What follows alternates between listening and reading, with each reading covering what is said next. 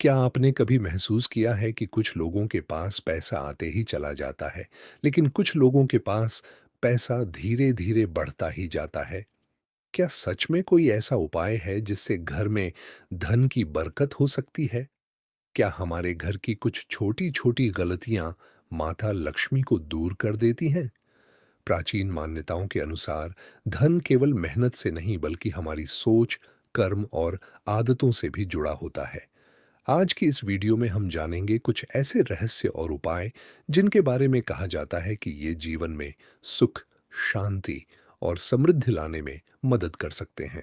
तो वीडियो को अंत तक जरूर देखिए, क्योंकि आखिरी भाग में हम जानेंगे वह सबसे महत्वपूर्ण बात जो धन को रोकने वाली सबसे बड़ी गलती मानी जाती है। माता लक्ष्मी और धन का संबंध हमारे धर्म ग्रंथों में माता लक्ष्मी को धन और समृद्धि की देवी माना गया है। मान्यता है कि जिस स्थान पर साफ सफाई, अच्छे विचार और सकारात्मक वातावरण होता है, वहां सुख और समृद्धि का आगमन होता है। कहा जाता है कि घर में गंदगी, आलस्य और नकारात्मकता रहने से जीवन में परेशानियां बढ़ सकती हैं। इसीलिए सबसे पहला नियम है अपने घर और अपने मन को साफ रखें। सुबह उठकर अच्छे विचारों के साथ दिन की शुरुआत करें और अपने कर्मों पर विश्वास रखें, क्योंकि केवल इच्छा करने से नहीं बल्कि सही दिशा में मेहनत करने से सफलता मिलती है। धन टिकाने का गुप्त रहस्य बहुत से लोग कहते हैं कि पैसा आता तो है लेकिन टिकता नहीं। इसका कारण अक्सर हमारी अपनी आदतें होती हैं। अगर हम बिना सोचे समझे खर्च करते हैं, पैसों की कदर नहीं करते, तो धन हमारे पास ज्यादा समय तक नहीं रहता। एक छोटी सी सीख हमेशा याद रखें, पैसा कमाना कला है, लेकिन पैसे को संभालना उससे भी बड़ी कला है। अपनी कमाई का थोड़ा हिस्सा बचाने की आदत बनाएं। जरूरत और इच्छा में अंतर समझें। जो व्यक्ति धन का सही उपयोग करना सीख जाता है, उसके जीवन में धीरे धीरे सुधार आने लगता है। घर में सकारात्मक ऊर्जा बढ़ाने के उपाय कहा जाता है कि घर का वातावरण हमारे जीवन को प्रभावित करता है।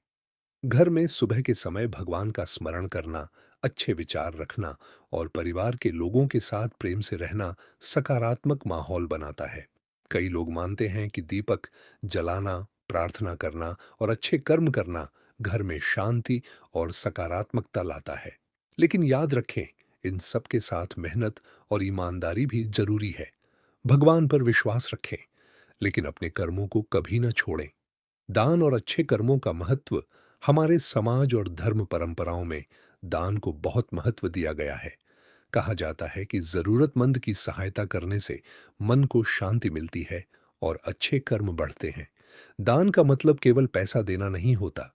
किसी की मदद करना, अच्छे शब्द बोलना और किसी के काम आना भी अच्छे कर्म है। जो व्यक्ति दूसरों के लिए अच्छा सोचता है, उसके जीवन में सकारात्मक बदलाव आने लगते हैं।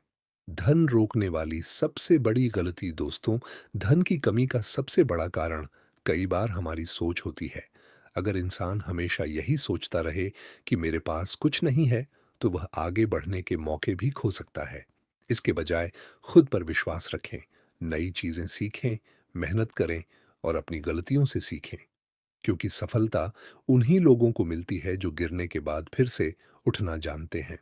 तो दोस्तों, धन आकर्षित करने का सबसे बड़ा रहस्य कोई जादू नहीं बल्कि हमारी सोच, मेहनत, अनुशासन और अच्छे कर्म हैं।